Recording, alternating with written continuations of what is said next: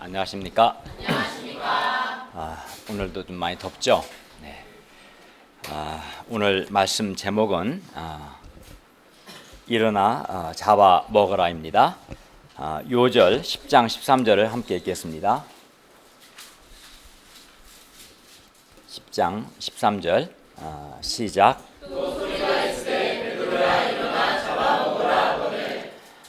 기도하겠습니다. 은혜로우신 하나님 아버지, 오늘 살아계신 하나님께 예배드릴 수 있는 은혜를 주셔서 감사합니다. 이 시간 저희 예배를 통해서 하나님을 기쁘시게 하고 영화롭게 하게 해주시옵소서. 또 주님께서 말씀을 깨닫고 또 하나님 말씀이 우리에게 빛이 되고 생명의 양식이 되도록 도와주시옵기를 기도합니다. 예수님의 이름으로 기도하였습니다. 아멘. 오늘 본문을 보면 제목도 그렇지만 하나님께서는 베드로에게 속되고 깨끗하지 않은 짐승들을 잡아 먹어라. 이 제목도 일어나 잡아 먹어라 되어 있죠. 잡아 먹으라고 그것도 3번이나 말씀합니다. 그러면 속되고 깨끗하지 않은 것을 잡아먹어라는 말씀이 베드로와 우리에게 의미하는 바가 무엇인가 배울 수 있기를 기도합니다. 9장 먼저 9장 32절부터 33절을 보십시오. 그때 베드로가 사방으로 두루 다니다가 룻다에 사는 성도들에게도 내려갔습니다. 베드로가 거기서 이제 에니아라 하는 사람을 만남에 그 에니아는 중풍병으로 침상 위에 누운 지 8년이나 되었어요. 그러니까 육신을 입으신 예수님께서는 십자가에서 죽으시고 사흘 만에 부활하시고 승천하셨기 때문에 제자들 눈에 보여 안 보여요? 보이지 않죠. 여기 계시지 않아요? 그렇죠. 그래서 마치 예수님께서 계시지 않은, 살아계시지 않는 것 같습니다. 그러나 베드로는 십자가에 죽으시고 부활하시고 승천하셔서 하나님 보좌 우편에 계신 예수님께서 중풍병으로 침상 위에 누운 지 8년이나 된 이 에니아도 낫게 하실 것을 베드로는 믿었어요. 34, 35절을 보세요. 그래서 베드로가 말합니다. 에니아야, 예수 그리스도께서 너를 낫게 하시니 일어나 내 자리를 정돈하라 말했어요. 그러니까 베드로는 예수 그리스도가 지금 여기 계시지 않고 눈에 보이지 않아요. 그러나 베드로는 이제 예수님께서 부활하시고 승천하신 예수님께서 하나님 우편에 계시고 그 예수님께서 중풍병으로 침상에 누운 지 8년이나 된 에니아를 낫게 하실 것을 믿은 거죠. 그래서 그렇게 말한 거예요. 에니아야, 예수 그리스도께서 너를 낫게 하시니 일어나 내 자리를 정돈하라. 이에 에니아가 곧 일어났어요. 이는 무엇을 의미합니까? 이는 예수님께서 지금 살아계시다는 것입니다. 만약에 예수님이 죽으셨고 또 예수님이 살아있어도 아무런 힘도 능력도 없다면 예수 그리스도께서 너를 낫게 하신다 아무리 말해도 나을 수 있어요, 없어요? 없죠. 저희 아버님이 돌아가신 지가 벌써 한 20년 넘어요. 근데 아버지가 살아계실 때는 이제 우리 아버지 이름으로 내가 돈을 사용할 수 있었는데 아버님 돌아가셨고 지금 계시지 않는데 우리 아버지 이름으로 아무리 명예도 어때요? 아무 일도 일어나지 않은 거예요. 그 사람이 죽거나 또는 비록 살아있어도 능력이 없으면 아무 일도 안 일어나요. 여러분 살아있지만 하예수의 이름으로 에니아야 나와라 나왔습니까? 그렇진 않죠. 근데 예수 그리스도께서 너를 낫게 하신다 하니까 에니아가 곧 일어났어요. 이는 예수님께서 지금 살아계시고 예수님께서 에니아를 낫게 하셨다는 것을 의미합니다. 예수님께서 십자가에서 죽으시고 부활하셔서 지금 하나님 보좌 우편에 계시는데, 이 예수님께서 중풍병으로 침상에 누운 지 8년이나 되는 애니아를 낫게 하셨어요. 그리하여 십자가에서 죽으시고 부활하시고 승천하셔서 하나님 보좌 우편에 계신 예수님께서 중풍병으로 침상에 누운 지 8년 된 애니아를 낫게 하신, 치료하신 이 사건을 통해서 루다와 사론에 사는 사람들이 다 예수 그리스도께서 낫게 하신 이 애니아를 보고 주께로, 즉 여기서 준 예수님입니다. 예수님께로 돌아왔어요. 그렇죠. 사람들이 그걸 보고 이제 믿은 거죠. 예수 그리스도께서 정말 살아계시구나. 그러니까 중풍병으로 누운 지 8년 된 애니아를 낫게 하시는구나. 그걸 믿고 예수님께 돌아온 거죠. 36절부터 38절을 보십시오. 한편 요바에는 다비다라 하는 여 제자가 있었는데, 다비다는 아람어고 헬라어로는 도르가입니다. 다비다는 선행과 구제하는 일이 심히 많았어요. 그러나 안타깝게도 병들어 죽었어요. 그러나 사람들은 이제 다비다가 죽었으면 장례를 치러야 하는데, 그를 장례 치르지 않고 시체를 깨끗이 씻어서 달하게 누였어요. 그리고는 제자들이 베드로가 루다에서 가까운 요바에 있음을 듣고 두 사람을 보내 지체 말고 와달라고 베드로에게 간청했어요. 요바는 지중해 연안의 항구 도시인데 루다에서 가까웠습니다. 루다에서 서북쪽으로 약 한 16km 거리에 있었어요. 그러니까 그렇게 먼 거리는 아니에요. 빨리 걸으면 2시간 반이면 갈 수 있는 거리죠. 제자들은 베드로가 루다에서 중풍병으로 누운 지 8년 된 애니아를 일어나게 했다는 소식을 듣고 이 죽은 베드로가 죽은 다비다도 나사렛 예수의 이름으로 다시 살릴 것으로 기대한 거예요. 그래서 이제 베드로에게 와달라고 간청한 거죠. 39, 40절을 볼까요?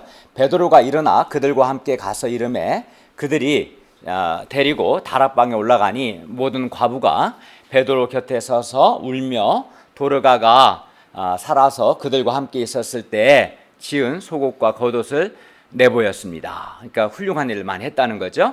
베드로가 사람을 이제 다 내보내고 무릎을 꿇고 기도합니다. 물론 베드로는 누구의 기도했겠어요? 베드로는 죽은 다비다를 다시 살려주시도록 예수 그리스도께 기도했어요. 그리고 이렇게 무릎을 꿇고 기도하고 돌이켜 시체를 향하여 말했습니다. 다비다야 일어나라.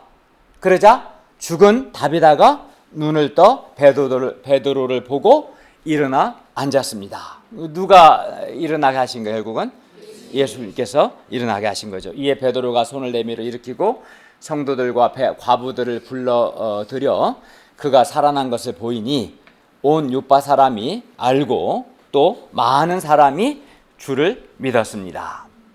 그러니까 예수 그리스도께서 죽은 다비다를 살리신 이 사건을 통해서 많은 사람들이 우리 죄를 위하여 십자가에서 죽으시고 부활하셔서 하나님 보좌 우편에 계신 예수님께서 지금 살아계시고 바로 하나님이시며 이 예수께서 지금 살아계시고 하나님이시며 지금 교회뿐만 아니라 온 우주를 통치하시는 왕이시다는 것을 사람들이 믿게 된 거죠. 그죠? 따라서 루다와 사론과 요바에 사는 사람들이 애니아와 다비다를 보고 예수를 믿은 것처럼, 그죠? 우리 역시 우리 가운데 성육신하신 육신을 입고 계시는 예수님은 계시지 않아요? 왜냐하면 예수님은 지금 하나님 보호자 우편에 계시기 때문에. 그러나 우리 역시 우리 가운데 예수 그리스도의 이름으로 구원을 받고 변화된 사람들을 보고, 사람이 그냥 안 변화되죠. 제일 어려운 게 사람이 변화되는 거잖아요. 근데 예수의 이름으로 구원받고 변화된 사람들은 볼 수 있어 없어요? 있죠. 육신을 입으신 예수님은 보이지 않지만 그 예수님을 믿고 변화된 사람들은 우리 가운데 있죠. 이 사람들을 보고 우리도 예수님을 믿을 수 있기를 기도합니다. 그러니까 얼마든지 믿을 수 있는 거예요, 사실은. 믿음이라는 것은 그게 마음의 문제인 거예요, 사실은. 우리가 믿는 예수 그리스도는 지금 우리가 예배드리는 이 순간에도 살아계셔서 하나님 보호자 우편에 계시며 우리와 함께 하시고 또 우리를 통해서 계속해서 일하고 계십니다. 그 의식을 갖고 예배를 드려야 하는 거 사실은. 10장 1절을 볼까요? 가이사랴에 고넬료라 하는 사람이 있으니 이달리아 부대라 하는 이탈리아죠. 군대의 백부장이었습니다. 가이사랴는 요빠에서 북쪽으로 53km 떨어진 항구 도시인데 이곳에 로마 총독부의 관저가 있었고 이달리아 부대가 주둔하고 있었습니다. 2절을 보십시오. 그런데 이 고넬료, 이방인 고넬료가 경건해서 온 지방과 더불어 하나님을 경외하며 백성을 많이 구제하고 또 하나님께 항상 기도했어요. 그러니까 고넬료는 이방인 이달리아 사람임에도 불구하고 자신만 하나님을 경외할 뿐만 아니라 온 집안 사람들도 하나님을 경외하도록 좋은 영향을 끼친 거죠. 그리고 그의 경건, 하나님께 대한 그의 경건이 외적으로는 백성을 많이 구제하는 것으로 또 내적으로는 항상 하나님께 기도하는 것으로 나타났습니다. 3절을 보십시오. 하루는 제9시, 여기서 제9시는 오늘날 우리 시간으로 말하면 6을 더하면 되거든요. 몇 시겠어요? 오후 3시죠. 제9시쯤 되어 환상 중에 밝히 보니 하나님의 사자가 들어와 말했습니다. 4절 하반절에서 6절을 보십시오. 내 기도와 구제가 하나님 앞에 상달되어 기억하신 바 되었으니 내가 지금 사람들을 요빠에 보내어 베드로라 하는 시몬을 청하라. 그는 무두장이 시몬의 집에 유숙하니 그 집은 해변에 있다. 이렇게 하나님의 사자가 고넬료에게 말했어요. 하나님은 고넬료가 비록 이방인이었지만 그의 기도와 구제를 받으시고 기억하셨습니다. 그래야 고넬료에게 베드로라 하는 시몬을 청하라는 방향을 주셨어요. 여기서 베드로라 하는 시몬을 청하라는 것은 베드로의 메시지를 들어라라는 말이에요. 10장 33절을 보세요. 33절 보면 뭐라고 되어 있어요? 이제 우리는 33절 하반절 보니까 10장 이제 우리는 주께서 당신에게 명하신 모든 것을 듣고자 하여 다 하나님 앞에 있나이다. 그러니까 하나님께서 베드로에게 명하신 것을 듣고자 모였어요. 그러니까 들으라는 거예요. 시몬을 청하라는 것은. 또 11장 13절 하반절과 14절 보세요. 네가 사람을 요빠에 보내어 베드로라 하는 시몬을 청하라. 그가 너와 내 온 집이 구원받을 말씀을 너에게 이르리라. 그러니까 베드로라는 시몬을 청하라는 것은 베드로에게 구원받을 말씀, 하나님의 말씀, 예수 그리스도의 복음의 말씀을 들으라는 의미인 거예요. 그죠? 예. 비록 고넬료가 경건한 삶을 살고는 있지만 아직 예수 그리스도의 복음을 영접한 것은 아닙니다. 그러니까 고넬료는 이제 유대교인 거예요. 그러니까 구약 성경은 믿었어요. 유대교 하나님 믿었지만 예수 그리스도의 복음을 듣지도 않았고 믿지도 않은 상태예요. 하나님은 경건한 삶을 사는 사람을 인정하시지만 그렇다고 해서 자신의 경건으로 즉 여기서 고넬료 경건 어떻게 나타났어요? 그는 구제를 많이 하고 항상 기도했죠. 그런 자신의 경건으로 구원을 받는 것은 아닌 거예요. 네. 구원은 오직 예수 그리스도를 믿음으로만 받게 됩니다. 아멘. 우리 죄를 위해서 우리 대신에 나를 대신하여 십자가에서 죽으시고 부활하신 예수 그리스도의 희생적인 은혜와 사랑을 다만 감사함으로 받아들임으로써 우리는 구원을 받습니다. 아멘. 이에 고넬료는 그러니까 구원을 받으려면 예수 그리스도의 이 복음을 듣고 믿어야 하는 거예요. 그죠? 예. 예수 그리스도를 믿어야 돼요. 이에 고넬료는 하인 둘과 부하 가운데 경건한 사람 하나를 불러서 이 일을 다 이루고 요바로 보냈어요. 왜? 시몬을 청하여 오도록 하기 위해서. 근데 이제 고넬료는 이제 보냈는데 이제 문제는 베드로예요. 베드로. 고넬료가 베드로를 초청하기 위해 이렇게 사람을 보냈으나 베드로가 오지 않을 수 있었어요. 왜 그래요? 왜냐하면 10장 28절을 한번 보세요. 28절에 보면 유대인이 이방인과 교제하며 가까이 하는 것은 위법이기 때문입니다. 그러니까 유대 관습과 유대 전통을 어기는 거예요. 그러니까 이방인과 교제하고 이방인의 집에 들어가는 것은. 그래서 베드로는 이방인인 이 고넬료에게 오지 않으려고 할 수 있었어요. 그리고 그렇게 되면 고넬료는 예수 그리스도의 복음을 들을 수 없고, 그러면 구원도 못 받고, 그러면 더 나아가 이방인 선교는 불가능하게 될 것입니다. 베드로가 고넬료에 가지 않으면 심각한 문제 생겨요.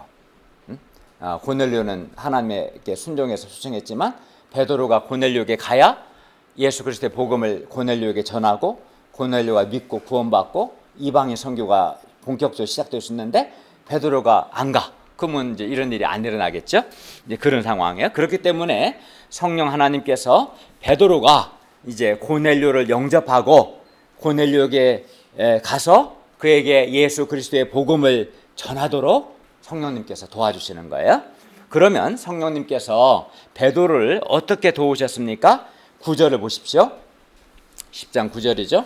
이튿날 고넬료가 보낸 사람들이 길을 가다가 그 성 곧 요빠 성에 가까이 갔을 때 베드로가 기도하려고 지붕에 올라가니 그 시각은 제6시 즉 12시 정오였어요. 가이사랴에서 요빠까지는 53km라고 했습니다. 전날 제9시 오후 3시 이후에 출발한 사람들이 이튿날 제6시 곧 12시 가까이 되어 요빠 성에 가까이 오게 된 것이죠. 이때 베드로는 기도하러 지붕에 올라갔습니다. 당시 유대 가옥은 지붕은 이렇게 오늘날 우리 건물 옥상처럼 평평했어요. 그래서 이제 평평하니까 지붕에 올라가서 경건한 신자들은 기도했어요.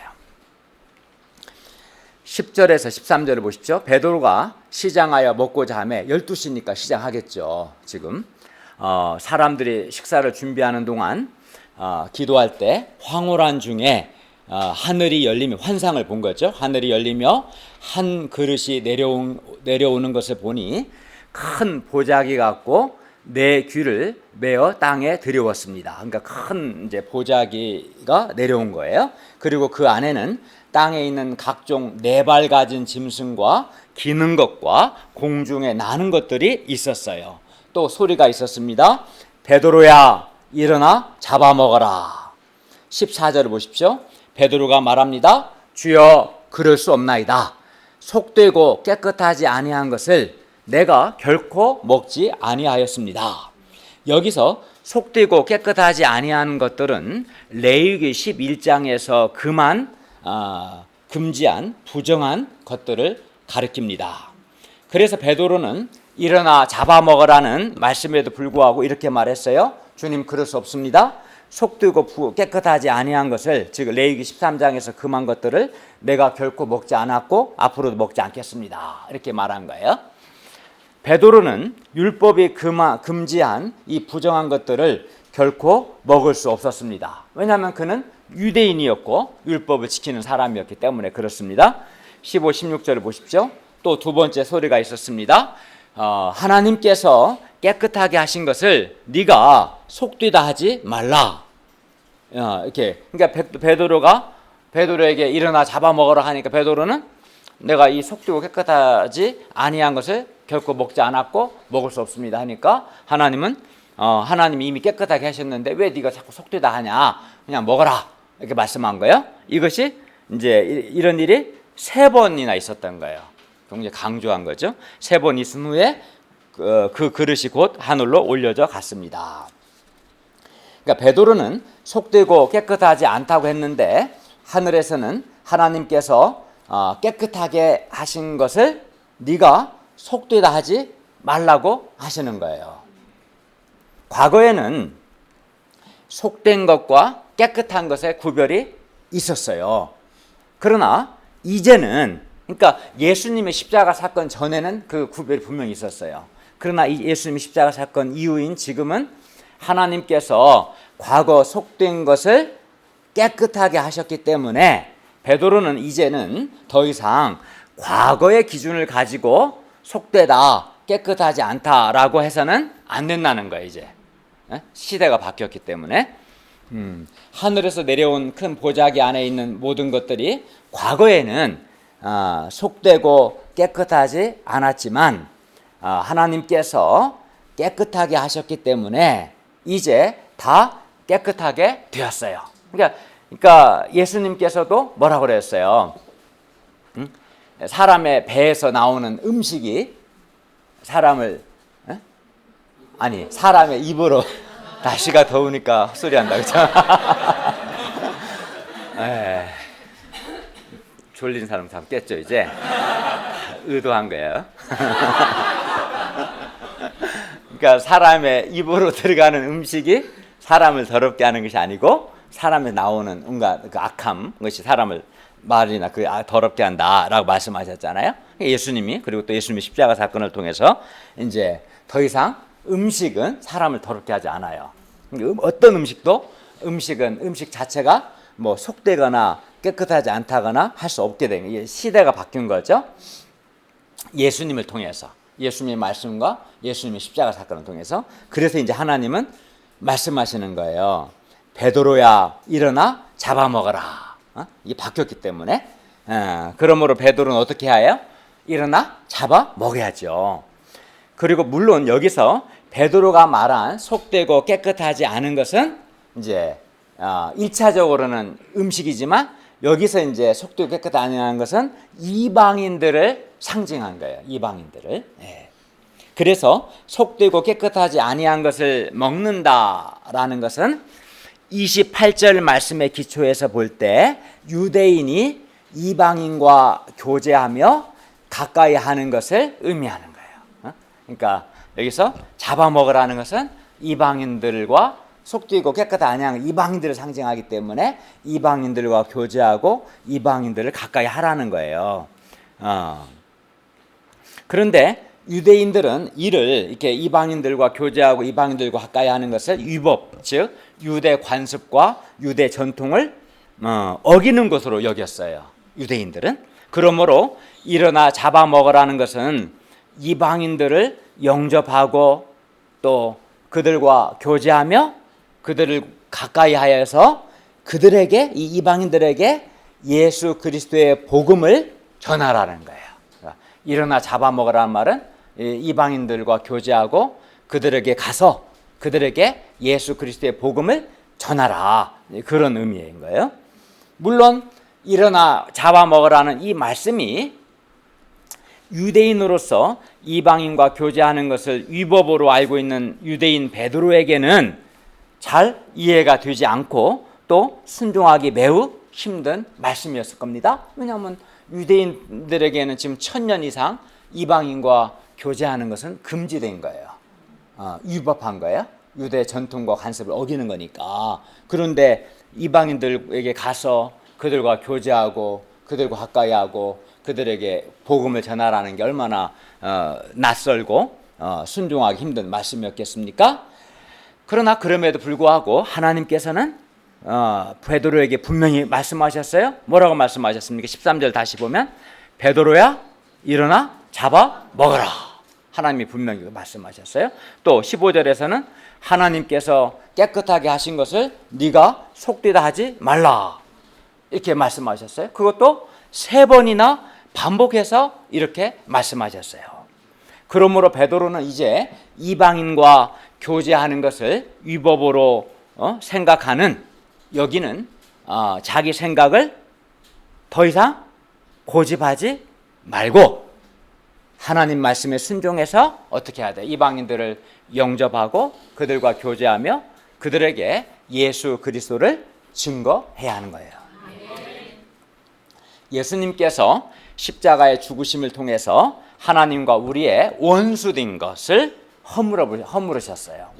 원수된 것, 하나님과 우리 사이의 그 장벽, 원수된 것을 허무시고 또 그러니까 십자가 사건은 하나님과 사람의 그 원수된 거, 그 장벽을 허시고 뿐만 아니라 유대인과 이방인 사이의 그 장벽도 허신 거예요. 그래서 유대인과 이방인이 예수님 안에서는 이제 예수님 안에서는 더 이상 유대인도 아니고 이방인도 아니고 하나가 되는 거, 하나가 되어서 한 새로운 사람, one new man이 되게 하셨어요. 이것을 이제 에베소서 2장 14, 15절에서는 한 새 사람이란 말이 이런 말이에요. 한이란 말은 one. 그러니까 유대인과 이방인이 하나가 됐다. 과거에는 유대인 따로 이방인 따로 두 사람인데 이제는 그런 구분이 없어졌어요. 이방인과 유대인이 하나가 됐다. one. 근데 예수님은 새로운 사람이 되었다. 새로운 피조물. 그래서 one new man이 된 거예요. 한 새 사람이 되게 하셨어요. 예수님 안에서. 그리하여 예수님 안에서는 더 이상 유대인 또는 이방인이라는 구분이 없어요. 오직 한 새 사람, one new man. 누구겠어요? 그리스도인이죠. 그리스도인만 존재할 뿐입니다. 그러니까 예수님 안에서는 더 이상 그런 유대인, 이방인의 구분이 없어요. 부자, 가난한 자 그런 구분도 없어요. 백인, 흑인 그런 구분이 없어요. 우리는 예수님 안에 있는 사람은 누구든지 one new man, 하나의 한 사람이고 새로운 사람일 뿐인 거예요. 우리는 예수님 안에서 한 새 사람, 즉 하나이고 새로운 사람, one new man입니다. 베드로는 하나님께 순종하여 그래서 일어나 잡아먹었어요. 어떻게? 구체적으로 즉 이방인인 고넬료에게 가서 그와 교제했고 또 그에게 예수님을 증거했습니다. 베드로는 이렇게 더 이상 자신의 생각, 어떤 생각이에요? 내가 유대인으로서 이방인과 교제하는 것은 위법이라는 이런 자기 생각을 더 이상 고집하지 않고 하나님 말씀에 순종했어요. 우리도 베드로처럼 일어나 잡아먹으라는 하나님 말씀에 순종해서 어떻게 해야 돼요? 이 사람은 유대인이야 이방인이야? 부자야 가난한 사람이야? 흑인이야 백인이야? 사회적인 지위가 높은 사람이야 지위가 낮은 사람 이런 식으로 사람을 구별하거나 또는 사람을 차별하지 말고 어떤 사람이라도 영접해야 돼요. 그러니까 일어나 잡아먹으라는 말은 어떤 사람을 이렇게 여러 가지 유대인 이방인이든 아니면 또 신분으로 아니면 빈부로 아니면 사회적인 지위로 아니면 피부 색깔로 아니면 국가로 어떤 인간적인 기준을 가지고 사람을 구별하거나 사람을 차별하지 말고 어떤 사람이라도 영접하라는 말이에요. 영접하라. 왜? 예수님 안에서는 이제 더 이상 구별이 없고 one new man, 한 새 사람만 있기 때문에 그렇다는 겁니다. 이거 어디 갔지? 이것도 의도된 거예요. 졸지 말라고. 그죠? 그래서 우리는 이제 예수님 안에서 사람을 막 구별하거나 차별하지 않고 어떤 사람이라도 영접해야 돼요. 그러나 사람들은 대체로 어떤 고정관념 또는 어떤 편견과 같은 강한 자기 생각이 있어요. 또 사람을 보면 자기가 좋아하거나 싫어하는 또 자기만의 그런 스타일이 있어요. 사람에 대해서 그 자기 스타일이 있고 또 자기 생각이 있죠. 그리고 이러한 자기 생각이나 자기 스타일을 고집하게 되면 다른 사람을 영접하기가 어려워요. 영접하지 못해요. 그러면 내가 싫어하는 스타일의 사람은 잘 영접하기 쉽지 않겠죠. 그렇지 않겠어요?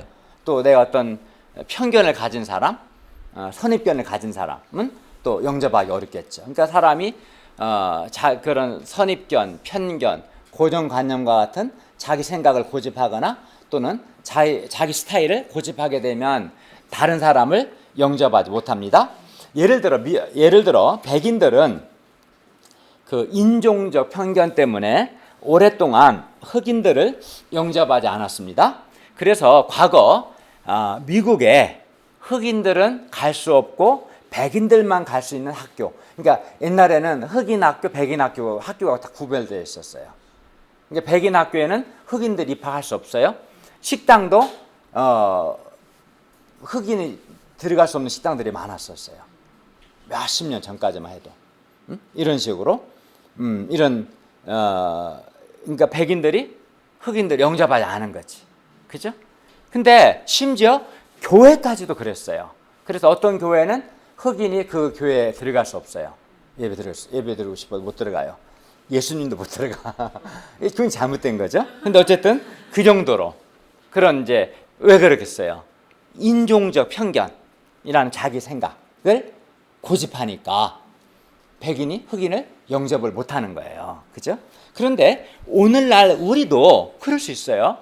예를 든다면 같은 외국인이라도 보세요. 우리나라 같은 외국인인데 백인 외국인은 좀 잘 영접하고 흑인은 잘 영접하지 않을 수 있어요, 없어요? 있죠. 또 같은 외국인인데도 아주 부자 외국인은 뭐 떡국물이 떨어질라나? 어쨌든 영접하고 저기 저기 아프리카나 동남아시아 같이 이렇게 이제 우리나라 돈 벌러 온 가난한 그 노동자들 있잖아요. 그런 노동자들은 좀 잘 영접하지 않는 그 경향이 있잖아요. 뭐 차별하고 임금도 제대로 안 주고 그런 경우 있잖아요. 또 우리도 은연중에 사회적인 지위가 높은 사람은 막 영접하고 나보다 사회적 지위가 한참 아래인 사람은 잘 영접하지 않으려고 할 수 있어요. 또 부자들은 영접하고 가난한 사람은 영접하지 않으려고 할 수 있는 거예요. 똑같은 거예요. 형태만 좀 바뀌었을 뿐이지. 그러니까 여러 가지 어떤 기준을 가지고 그런 자기 생각이나 그런 스타일이 있는 거죠. 어떤 생각이 있는 거죠. 또 요즘 우리 사회에 갑을 관계가 얼마나 심해요. 갑들은 을들을 영접하지 않으려고 해요. 그 사람이 계약 관계상 을이라 할지라도 하나님의 형상이고 그를 존중하고 귀하게 여기하는데 을을 영접하지 않으려고 해요. 그래서 최근 뉴스 보니까 어떤 아파트에서는 아파트 경비원에게 심지어 종놈이라고 부른 아주 몹쓸 놈도 있었다고 합니다. 종놈은 네가 종놈이다 임마. 그렇게 해야 돼. 나쁜 사람이죠. 그렇게 하면 지금 어느 시대인데 그죠? 그러면 안 되죠. 우리는 또 어떤 지역에 대한 편견을 가지고 사람을 대할 수 있어요. 그래서 전라도 사람은 경상도 사람을 전라도 사람을 잘 영접하지 않으려고 할 수 있어요. 그냥 그게 그 사람 어느 지역 사람이냐는 그 편견 때문에 그렇죠? 예. 과거 일제 식민 지배의 아픈 상처 때문에 일본 사람은 꼭 우리가 일본 놈이라고 부르고 일본 사람을 영접하지 않으려는 경향이 우리 한국 사람들에게 좀 있어요. 이렇게 사람들을 보면 각 사람마다 자기가 좋아하거나 싫어하는 자기 스타일이 있을 수 있습니다. 고넬료는 하나님을 경외하며 의를 행하는 아주 훌륭한 사람이었어요. 인간적으로 그가 이방인이긴 했지만 훌륭한 사람이에요. 사회적 지위도 높고. 그러나 세상에는 사실 영접하기가 힘든 유형의 사람들이 훨씬 더 많아요. 예를 들어서 무례하거나 교만한 사람, 무책임하거나 불성실한 사람을 영접하는 것은 쉬워요? 쉽지 않아요? 쉽지 않아요. 그죠? 네. 그렇죠. 그러나 하나님은 뭐라고 하셨어요? 일어나 잡아먹어라. 이렇게 잡아먹으란 말은 영접하라는 라고 말씀하십니다. 즉 유대인, 이방인 이렇게 구별하듯이 사람을 구별하거나 사람을 차별하지 말고 그가 어떤 사람이라도 그가 이렇게 어떤 사람이라도 그러니까 인종이나 피부색이나 사회적 지위나 어떤 빈부나 그런 걸로 구별하지 말고 또 고넬료처럼 인격이 훌륭한 사람이나 아니면 인격이 좀 덜 된 인간이라 할지라도 사람을 구별하지 말고 어떤 사람이라도 영접하고 그와 교제하며 그에게 예수님을 증거하라고 말씀하십니다.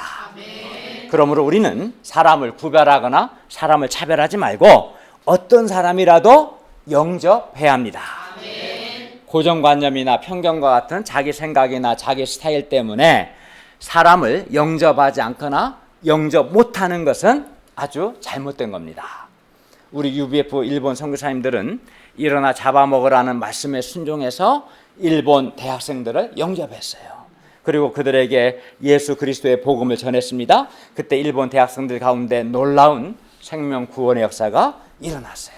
주님의 말 순종해서 잡아먹었을 때, 즉 영접하고 복음을 전했을 때 구원받는 역사가 일어난 것이죠. 일어나 잡아먹으라는 이 말씀은 상대방이 불신자이든 신자이든 그 누가 됐든 그 사람을 영접하라는 거예요. 영접하라.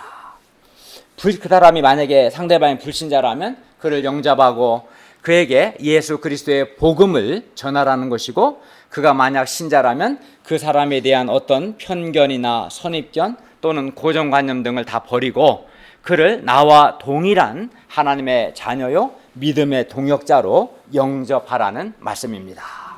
그러므로 어떤 사람이 비록 내가 싫어하는 스타일이나 또는 비록 좀 영접하기 힘든 유형의 사람일지라도 일어나 잡아먹으라는 말씀에 순종해서 어떤 사람이라도 우리가 영접할 수 있기를 기도합니다. 캠퍼스에는 좀 착한 양도 있고 사나운 사람도 있고 다양해 사람이.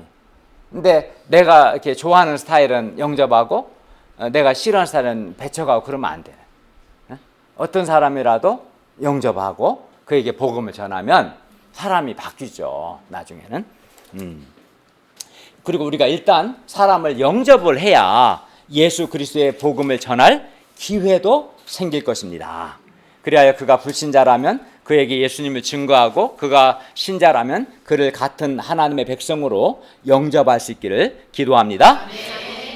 사도행전 8장에서 빌립이 사마리아와 예루살렘 유대 사람들 사이에는 굉장히 어떤 민족적 장벽이 있었는데도 불구하고 빌립이 그걸 주장하지 않고 사마리아 사람들과 또 에티오피아 내시를 영접하고 복음을 전한 것처럼, 또 9장에서는 아나니아와 바나바가 사울을 영접한 것처럼 우리도 나와 다른 사람, 내가 싫어하는 스타일의 사람, 영접하기 힘든 유형의 사람일지라도 우리도 영접할 수 있기를 기도합니다.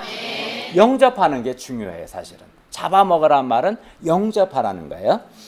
영접하지 못하는 사람이 있으면 안 돼, 우리 마음에. 17절부터 20절을 보십시오. 베드로가 본 바 환상이 무슨 뜻인지 속으로 의아해 하더니 마침 고넬료가 보낸 사람들이 시몬의 집을 찾아 문 밖에 서서 불러 물었습니다. 베드로라 하는 시몬이 여기 유숙하느냐? 베드로가 그 환상에 대하여 생각할 때 성령께서 그에게 말씀하셨습니다. 두 사람이 너를 찾으니 일어나 내려가 의심하지 말고 함께 가라. 내가 그들을 보내었느니라. 내가 그들을 보내었느니라. 그러니까 그들이 비록 이방인들이지만 의심하지 말고 함께 가라는 거예요. 내가 보냈으니까. 베드로는 마침내 일어나 잡아먹으라는 말씀이 무슨 뜻인가 이제 깨달은 거지. 이 말이, 일어나 잡아먹으라는 말이 이방인들을 영접하고 그들에게 가서 그들과 교제하라는 말씀이구나. 이제 그걸 깨달은 거예요. 이때. 그리하여 성령의 방향에 순종해서 그들 이방인들을 영접했습니다. 23절에서 27절을 보십시오. 이튿날 베드로는 가이사랴에 있는 고넬료의 집으로 갔는데 그곳에서 고넬료는 친척과 가까운 친구들을 모아 기다리고 있었습니다. 그는 베드로를 보자 천사를 환영하듯이 발 아래 엎드려 절했습니다. 베드로가 이렇게 말합니다. 일어서라, 나도 사람이라. 더불어 말하며 그러가 여러 사람이 모인 것을 보고 베드로가 말합니다. 우리 28절과 29절, 10장 28, 29절이죠. 다 함께 읽겠습니다. 시작.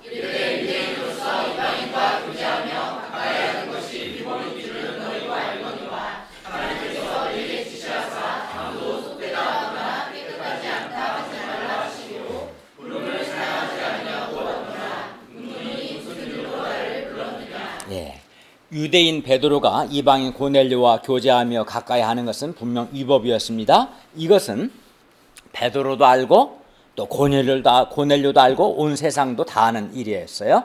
그럼에도 불구하고 베드로가 이곳에 온 것은 그가 하나님의 말씀에 순종했기 때문입니다. 30절 33절에서 고넬료는 그동안 있었던 일을 말하고 지금은 주께서 베드로에게 명하신 모든 것을 듣고자 하여 다 하나님 앞에 있다고 말했습니다. 그러니까 말씀을 들을 때는 사실은 베드로의 입에서 듣지만 결국은 하나님의 말씀을 듣기 때문에 하나님 앞에 있는 것 같은 겸손한 자세로 말씀을 드려야 돼요. 항상 말씀을 들을 때는 여러분들이 하나님 앞에 지금 보이지 않는 하나님 앞에 있다는 그런 의식을 갖고 겸비한 마음으로 말씀을 드려야 합니다.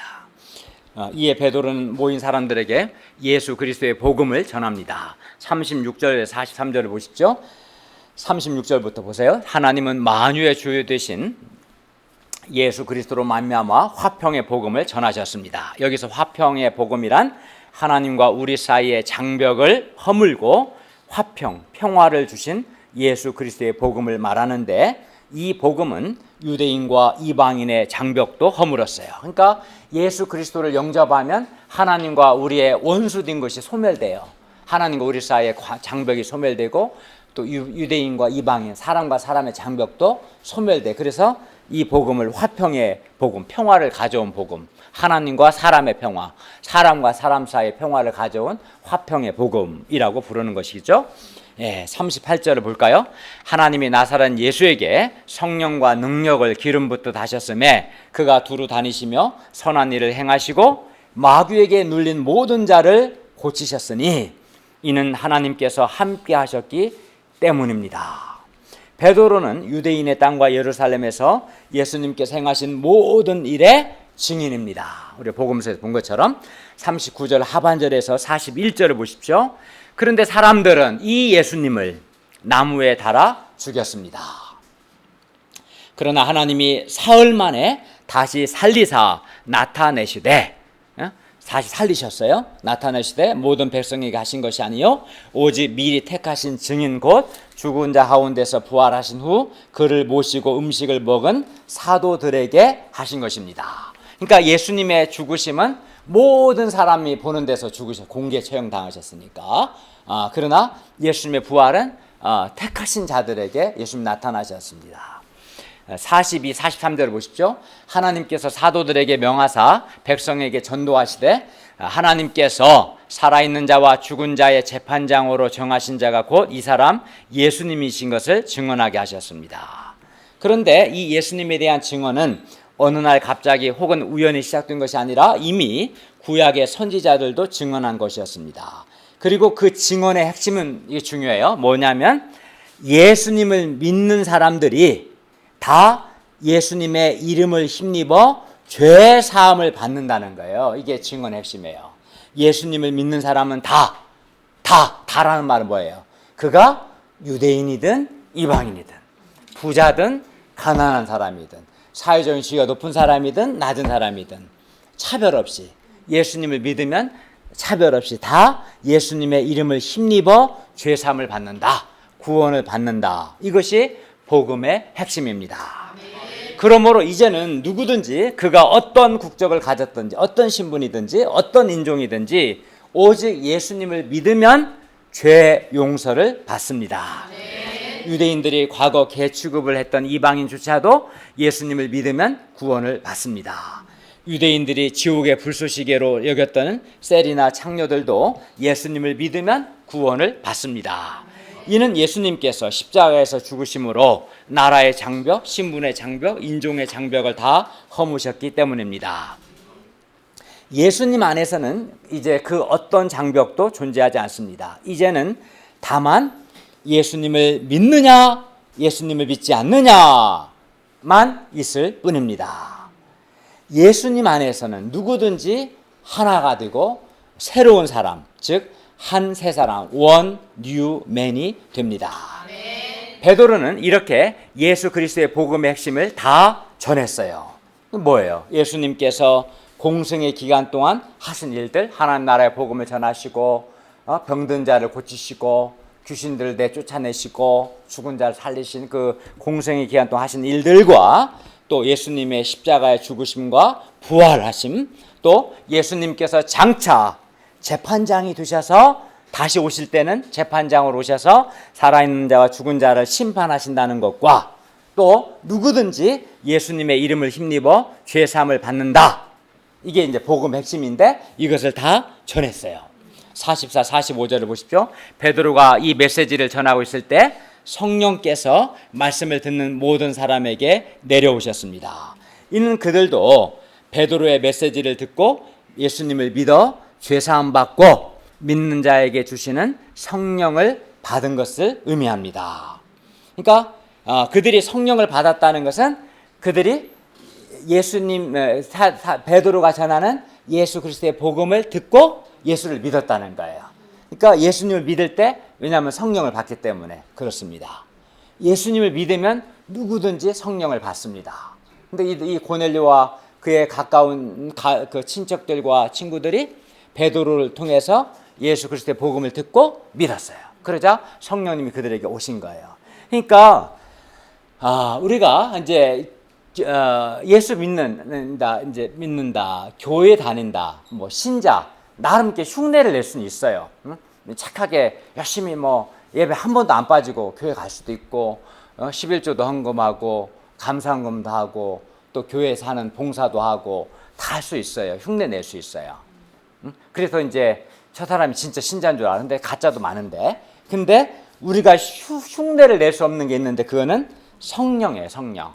오직 예수님을 믿는 사람만 성령님이 그에게 내주하십니다. 그건 흉내 낼 수가 없는 거예요. 근데 그들이 베드로가 전하는 예수님의 복음을 듣고 믿었을 때 성령이 그들에게 오셨어요. 이를 보고 베드로와 함께 온 할례 받은 신자들, 즉 유대인 출신 신자들이 이방인들에게도 성령 부어 주심을 인하여 놀랐습니다. 이는 그들이 성령 받은 증거로 방언을 말하며 하나님 높이는 것을 들었기 때문입니다. 하나님께서 이방인들에게도 성령 부어주심을 보고 베드로가 말합니다. 47절과 48절을 보십시오. 이 사람들이 우리와 같이 성령을 받았으니 누가 능히 물로 세례 베품을 금하리요 하고 명하여 예수 그리스도의 이름으로 세례를 베풀라 했습니다. 베드로는 그들에게 세례를 베품으로 그들을 하나님의 백성으로 하나님의 자녀로 공식적으로 인정했습니다. 베드로가 자기 생각을 고집하지 않고 어떤 생각이었어요? 유대인이 이방인과 교제하는 것은 위법이라는 이 생각을 고집하지 않고 이방인들에게도 복음을 전함으로써 이방인들에게도 예수 그리스도의 복음을 전하는 이방 선교가 공식화되게 된 거죠. 그렇죠? 이방 세계 땅끝까지 예수님을 증거할 수 있는 사상적 기초가 지금 놓이게 된 겁니다. 베드로가 자기 생각과 고정관념을 버리고 하나님 말씀에 순종했을 때 베드로는 하나님께서 이방인들도 주 예수를 믿음으로 죄 사함을 받고 성령을 받으며 하나님의 자녀가 된다는 것을 체험적으로 깨닫게 되었어요. 그 전에는 하나님이 이방인들도 구원한다, 그들도 죄 사함 주시고 그들 성령 주신다는 생각이 없었어요. 유대인들은 오직 유대인들에게만 하나님의 자녀고 죄 용서를 주신다 생각했었는데 베드로가 일어나 잡아먹으라는 이 말씀에 순종해서 고넬료에게 와서 복음을 전하고 정말 그들이 예수 믿고 성령 받는 것을 보면서 하나님은 이방인들 역시 우리와 동일하게 주 예수를 믿으면 죄 사함을 받고 하나님의 자녀도 되고 성령도 받는다 하는 것을 체험적으로 깨닫게 된 것이죠. 그리고 베드로의 순종을 통해서 이방인들에게도 이제 예수 그리스도의 복음을 전할 수 있는 큰 전기가 마련된 것입니다. 따라서 우리 역시 베드로처럼 자기 생각을 꺾고 하나님 말씀에 순종하는 것을 배워야 합니다. 어떤 사람은 순종을 안 해. 사람이 순종을 안 하는 것은 두 가지 이유가 있어요. 하나님께 대한 믿음이 없는 사람은 순종 안 해요. 믿음은 순종할 수 있는데 믿음이 없어서 또는 마음이 교만한 사람도 순종 안 해요. 교만한 사람의 특징이 말씀보다도 자기 생각을 더 앞세우거든요.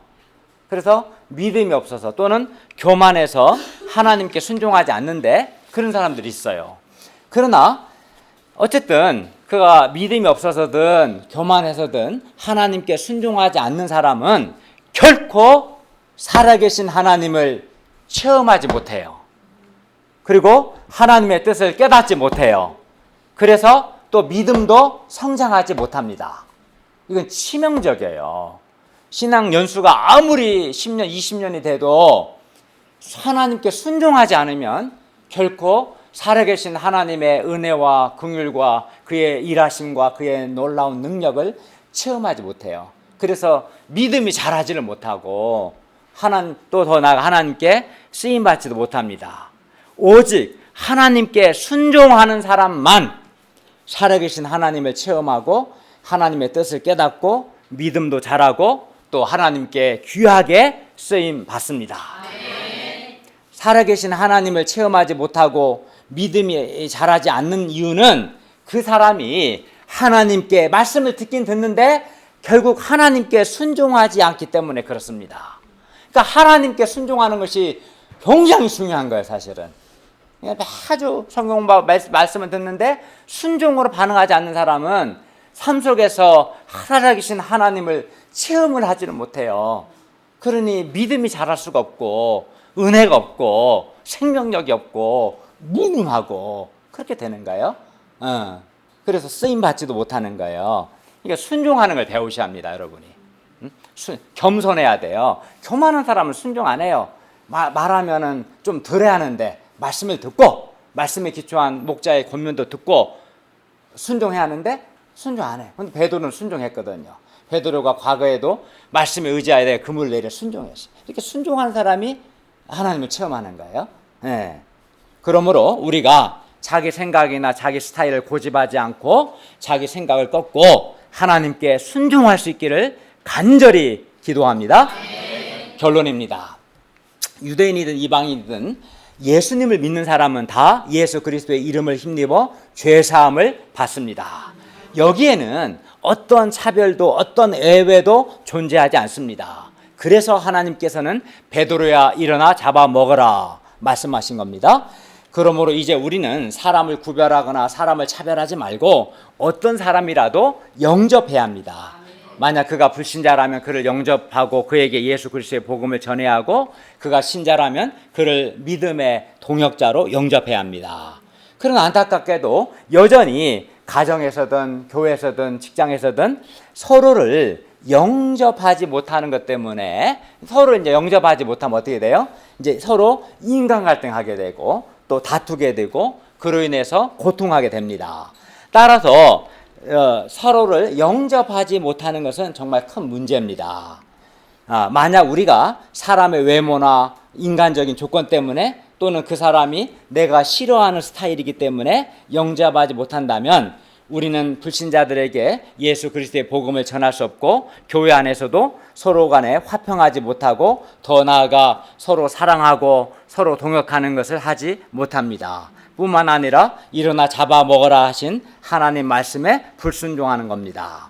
그러므로 우리는 자기 생각이나 자기 스타일을 고집하지 않고 다른 사람들을 영접할 수 있어야 합니다. 그리고 우리가 이렇게 서로를 영접할 때 우리를 통해서 예수 그리스도의 복음이 널리 전파될 것입니다. 일단 영접을 해야 그 다음에 교제가 이루어지고 복음을 전할 수 있는 기회가 주어지지 않겠습니까? 영접을 해야 예수 그리스도의 복음이 널리 전파될 것이고 또 교회 안에서도 영접을 해야 서로를 사랑하고 동역하며 하나가 되는 아름다운 역사가 활발하게 일어날 것입니다. 그러므로 우리가 어떤 사람이라도 그를 나의 기준을 가지고 나의 기준과 내 생각을 가지고 자꾸 구별하거나 차별하지 않고 어떤 사람이라도 영접할 수 있기를 기도합니다. 기도하겠습니다. 은혜로우신 하나님 아버지, 오늘 말씀처럼 저희가 예수의 이름으로 구원받고 변화된 사람들을 보면서 예수님께 대한 믿음을 갖게 하여 주시고 또 일어나 잡아먹으라는 말씀에 순종해서 어떤 사람이라도 영접하고 그에게 예수 그리스도의 복음을 전하게 도와주시고 무엇보다 베드로처럼 하나님께 순종함으로 살아계신 하나님을 체험하고 우리의 믿음도 성장하도록 도와주시옵소서. 예수님의 이름으로 기도하였습니다. 아멘.